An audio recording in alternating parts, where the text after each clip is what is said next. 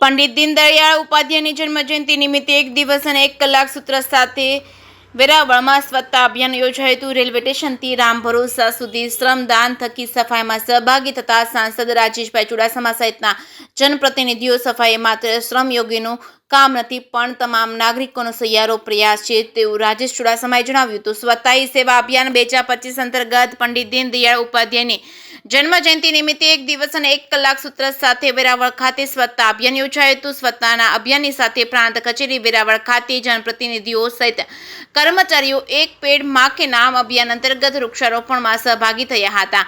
Railway સ્ટેશનથી રામ ભરોસા સુધીના ગૌરવ પંથ પર યોજેલા આ સ્વચ્છતા ઉત્સવમાં સાંસદ રાજેશ ચુડાસમા, જિલ્લા પંચાયતના પ્રમુખ મંજુલાબેન મુછા, ધારાસભ્ય ભગવાનજીભાઈ બારડ, વેરાવળ પાટણ નગરપાલિકાના પ્રમુખ પલ્લવીબેન જાની સહિતના જનપ્રતિનિધિઓ અને સંજયભાઈ પરમાર સહિતના અગ્રણીઓ સહભાગી બન્યા છે।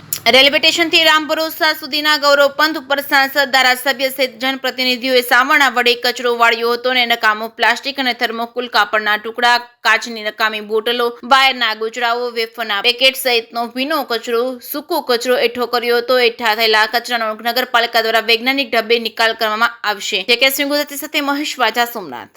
આજે વેરાવળ મુકામે જિલ્લા વહીવટી તંત્ર દ્વારા 17 સપ્ટેમ્બરથી 2 ઓક્ટોબર સુધી સેવા પખવાડિયા અંતર્ગત સ્વચ્છતા અભિયાન તેમજ એક પેડ માં કે નામ વૃક્ષારોપણનું આજે આયોજન કરવામાં આવ્યું હતું।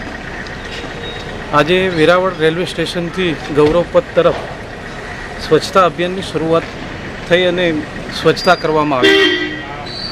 ખૂબ મોટા પ્રમાણમાં નાગરિકો, ધારાસભ્યશ્રી, જિલ્લા પંચાયતના સભ્યશ્રી, નગરપાલિકાના પ્રમુખશ્રી તમામ આગેવાનો ઉપસ્થિત રહી અને આજે સેવા પખવાડિયા અંતર્ગત સ્વચ્છતા અભિયાન અને એક પેડ માં કે નામ વૃક્ષારોપણના કાર્યક્રમનું આયોજન કરવામાં આવ્યું હતું। ખૂબ મારી વેરાવળ શહેર, ગીર સોમનાથ જિલ્લો તેમજ જૂનાગઢ જિલ્લાના નાગરિકોને વિનંતી છે કે આપણે આપણા જેમ સવારથી આપણે આપણા વ્યક્તિગત આપણે સ્વચ્છતા કરતા હોય એવી રીતે આપણે આપણા શહેર અને આપણા ગામને સ્વચ્છ રાખીએ એવી વિનંતી કરું છું।